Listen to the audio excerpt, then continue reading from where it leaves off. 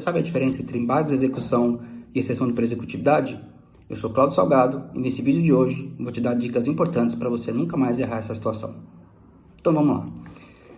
O que é a execução? Execução dos bens da parte passiva é uma ação que, via de regra, hoje ela já começa na parte de execução direta, dependendo do crédito que você tem na mão, dependendo do título que você tem na mão, ou ela vem de um processo de conhecimento por meio de uma sentença transitada em julgado que você vai fazer a execução disso. Pode acontecer, inclusive, uma execução provisória, uma vez que, dependendo das fases processual que você já vai estar, o recurso não tem muito mais força para modificar a decisão, tá?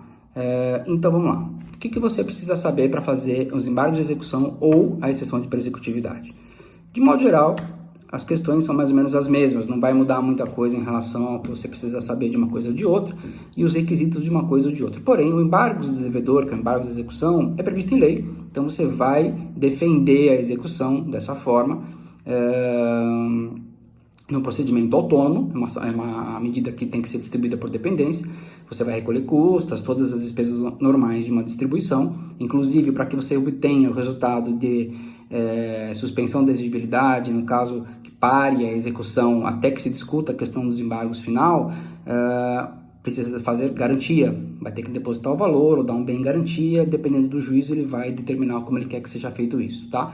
Mas é um procedimento um pouco mais gravoso, oneroso, e por regra vai se discutir a dívida. Normalmente o devedor sabe que deve mesmo, teve um problema de desencaixe e acabou tendo essa questão toda para ser discutida.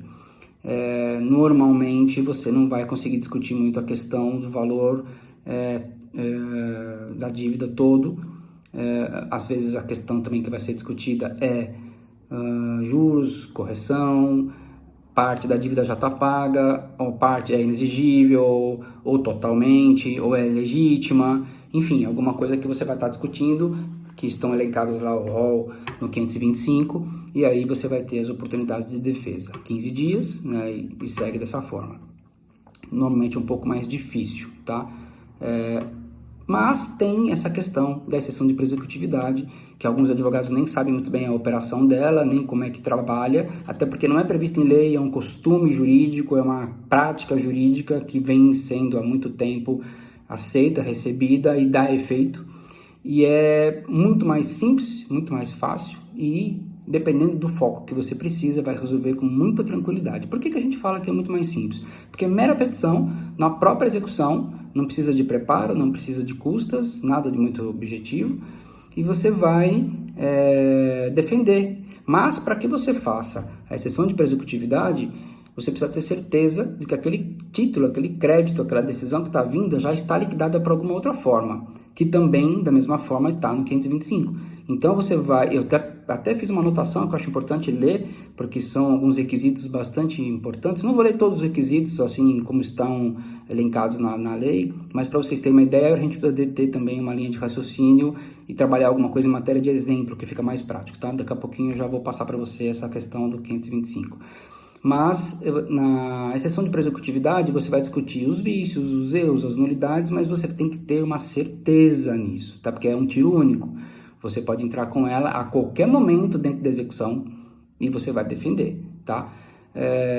Uma vez que você já discutiu algum dos assuntos que são cabíveis da exceção de pré-executividade, você não vai poder repetir. E ela também tem uma questão um pouquinho mais complicada em relação à dificuldade do embargo da execução, porque não tem contraditório, prova em audiência, você não vai conseguir uma instrução dela, vamos dizer assim, tá? É um tiro único baseado em documentos, baseado em certeza, e que o juiz vai entender que você tem essa razão, porque você tem que fazer o melhor possível e juntada da melhor forma possível, mais documental possível, porque é um tiro só. Muitas vezes o juiz, dependendo da situação de plano, ele já vai determinar a extinção, o arquivamento, ou seja, o que for o caso, mas se porventura restar alguma questão duvidosa, ele vai mandar a parte contrária se manifestar. E se não for bem aquilo que você está falando, perdeu seu tempo e segue a ação. Porém, não vai suspender o prazo dos embargos. Então, se você não tiver certeza no que você está fazendo, bom, meu conselho, já não faça. Mas vamos dizer que você quis arriscar, faça o embargo também, tá? Ou porque você não vai perder o prazo.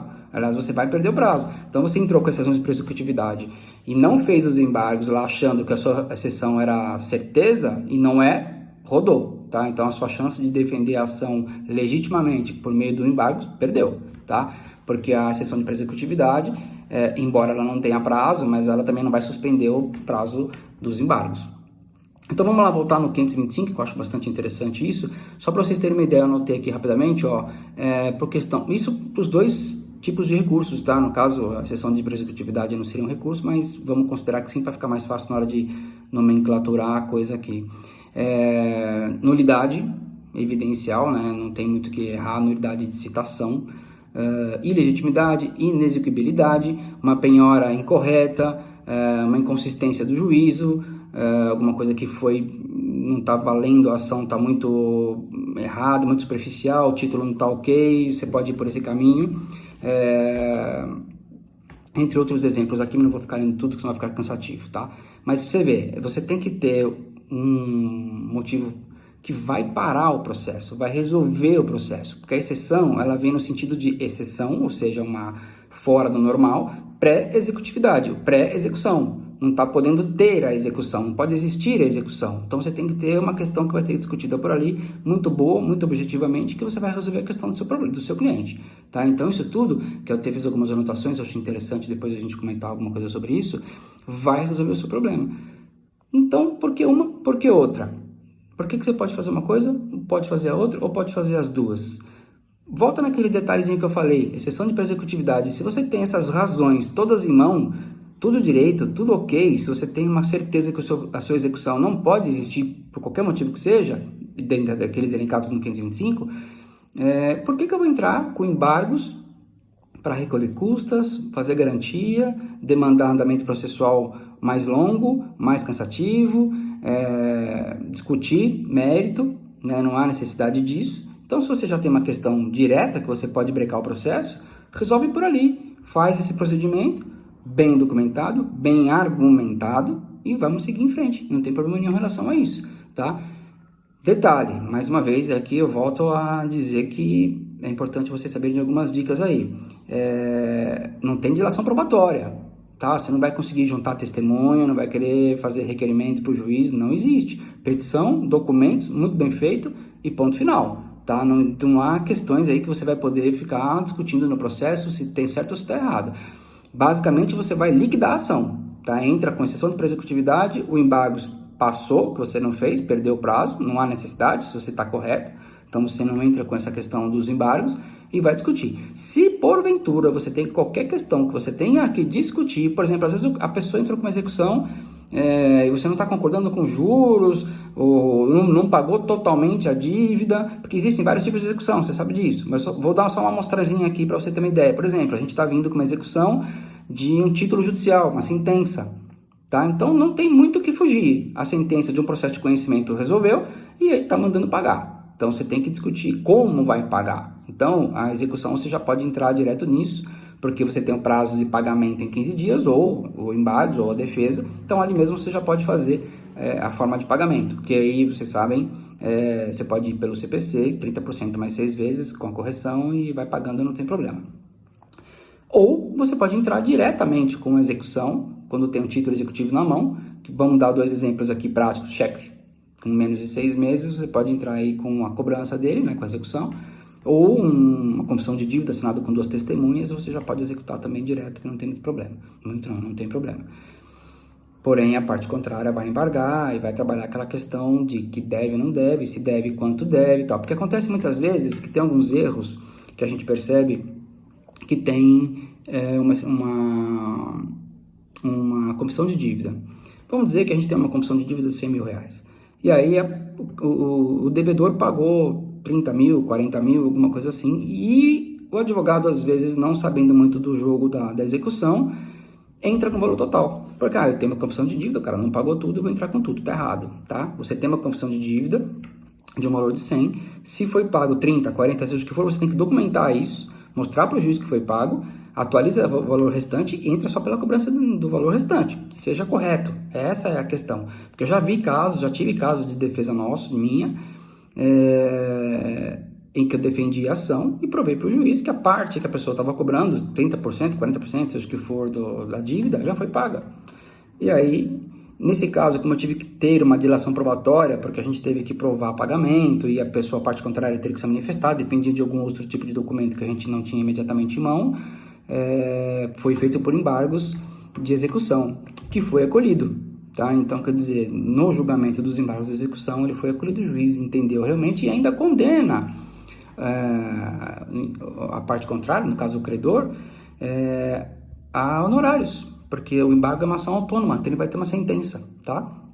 E aí faz a questão da execução em andamento, pela dívida lá que vai ser reduzida. Então, existem essas questões que você precisa avaliar. Entre corretamente, faça corretamente. E a defesa vai vir da mesma forma, tá? Então, faça a exceção de pré-executividade quando você tiver documentos bons na mão, legítimos, razoáveis, no sentido de provar o que está falando, fazendo de uma tacada só. Você não vai ter dilação probatória, não vai ter audiência, não vai ter nada, não existe, até porque em processos de execução, a própria situação de dilação probatória já é muito difícil acontecer, só quando o embargo vem com uma documentação muito complicada e às vezes o juiz quer ouvir partes, ou eventual testemunho, mas é bastante difícil, muito raro acontecer, mas a exceção de pré-executividade resolve e você vai ter uma solução prática, rápida, barata, teu cliente vai ficar feliz e você vai resolver a questão dele, tá? E aí, caso você analise que realmente precisa de uma dilação um pouquinho maior, por que eu falo às vezes de uma dilação? Vamos dizer que você faz